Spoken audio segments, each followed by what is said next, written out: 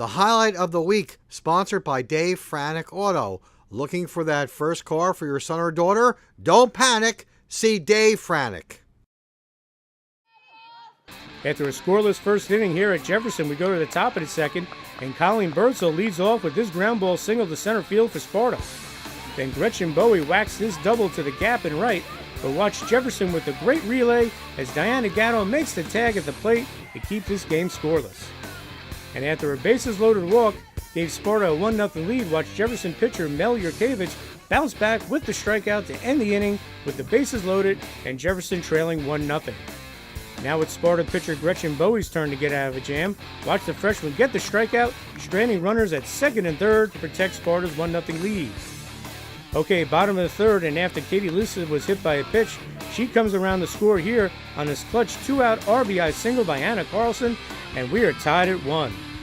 Then Deanna Gatto follows with this hard single to center, and the Falcons have runners on the corners with 2 outs, but they are left stranded, and we remain tied at 1.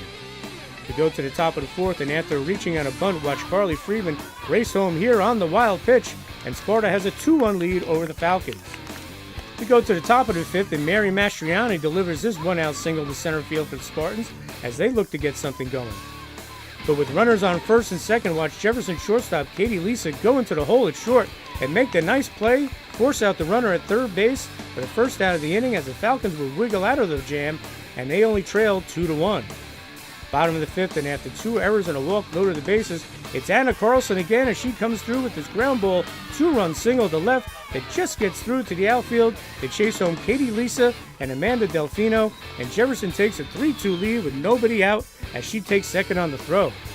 Then it's Diana Gatto again with the productive out with the RBI groundout to push across Claudia Tietz, and the Jefferson Falcons have a 4-2 lead after 5 innings here at Jefferson. We go to the bottom of the sixth, and after an error and a walk, watch Claudia Tietz lift this fly ball to right, which is misplayed, and another run scores, and Jefferson's up 5-2, and the bases are still loaded with Falcons. And then it's Anna Carlson again. She continues her monster game as she drives in her 4th and 5th runs here with this 2-run single to center, and Jefferson has a 7-2 lead, and they have runners on first and third. And Diana Gatto continues her good game as she gets her second RBI with the bunt as Tietz scores, and Jefferson's up 8-2.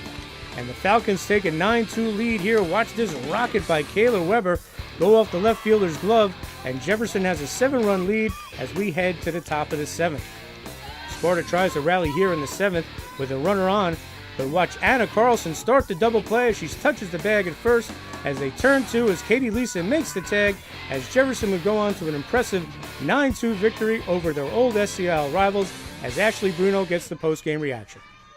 In the beginning, we were kind of slow because the pitcher was getting her pitches, but we squeezed a couple of base hits in and we got some bunts, and we ended up with a win. It felt great, especially because it's against a really good team, and they're always our rival every year. We always want to beat them. It was a great win. Versus Sparta, they're a great team, and we came out here. We started off a little slow, but I think the pitcher started getting a little rattled, so we did what we could and took our pitches and laid off that inside screwball, and finally we started getting some hits and getting on base. We really didn't start this game the way we wanted to. I didn't see the intensity that we've been bringing lately, and I think maybe we got caught looking ahead to the Morris County Tournament semifinals. But Sparta's a great program, and Rick Poots does a fantastic job, and particularly with the injuries and the illnesses he's had this week to deal with.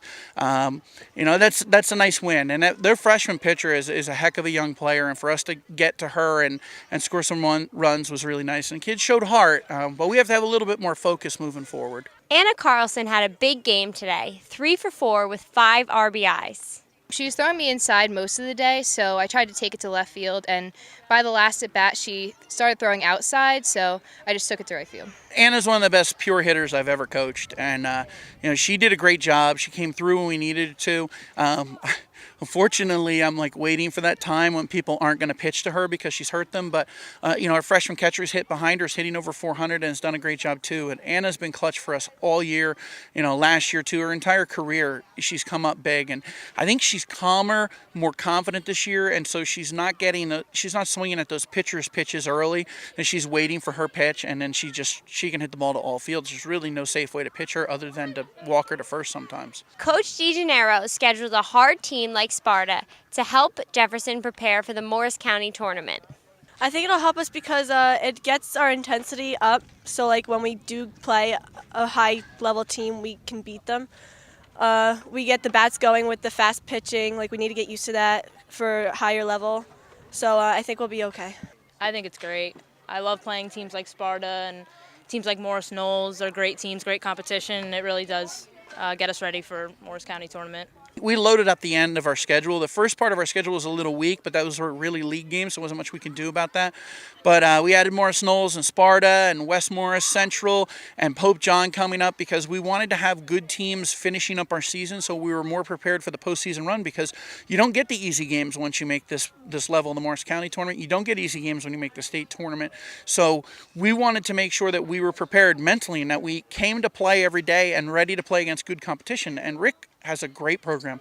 I really can't say enough about Rick. I don't think he really gets the credit he deserves sometimes as a coach with the job that he's done. Yes, he's had some great players go through his program, but he's built that into a championship program. And going against a coach like him is the kind of challenge that I want and I want our team to have.